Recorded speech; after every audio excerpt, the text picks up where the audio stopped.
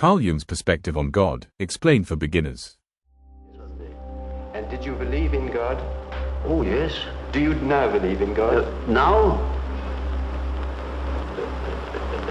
Difficult to answer. I know. I don't need to believe.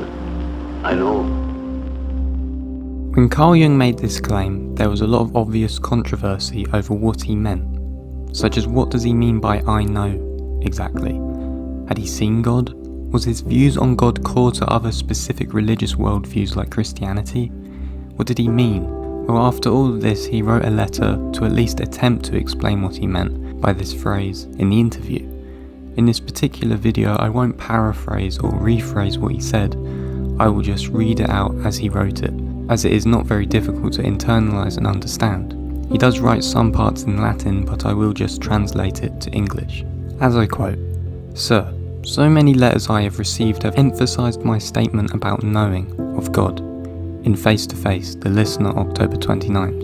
My opinion about knowledge of God is an unconventional way of thinking, and I quite understand if it should be suggested that I am no Christian. Yet I think of myself as a Christian since I am entirely based upon Christian concepts. I only try to escape their internal contradictions by introducing a more modest attitude, which takes into consideration the immense darkness of the human mind. The Christian idea proves its vitality by a continuous evolution, just like Buddhism. Our time certainly demands some new thought in this respect, as we cannot continue to think in an antique or medieval way when we enter the sphere of religious experience. I did not say in the broadcast, there is a God.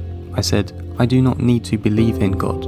I know, which does not mean I do know a certain God, but rather I do know that I am obviously confronted with a factor unknown in itself, which I call God in the consent of all, that it is always what is everywhere.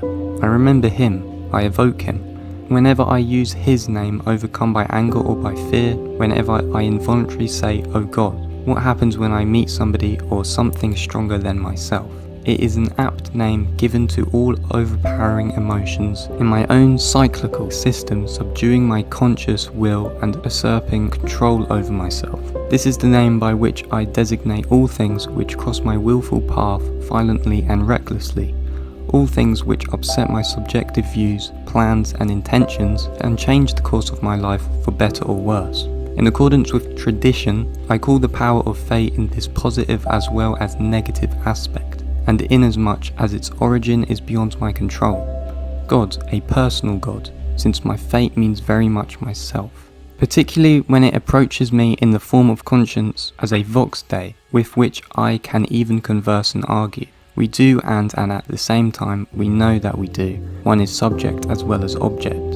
Yet I should consider it an intellectual immorality to indulge in the belief that my view of God is the universal, metaphysical being of the confessions or philosophies. I do neither commit the impertinence of a hypostasis, nor of an arrogant qualification such as God can only be good. Only my experience can be good or evil, but I know that the superior will is based upon a foundation which transcends human imagination. Since I know of my collisions with a superior will in my own psychic system, I know of God, and if I should venture the illegitimate hypostasis of my image, I would say of a God beyond good and evil, just as much dwelling in myself and everywhere else. God is a circle whose center is everywhere, whose circumference is nowhere. With that said, I will probably do another video on this for comparing Carl Jung's view on God with Jordan Peterson's view on God, because they are very similar, which is no surprise.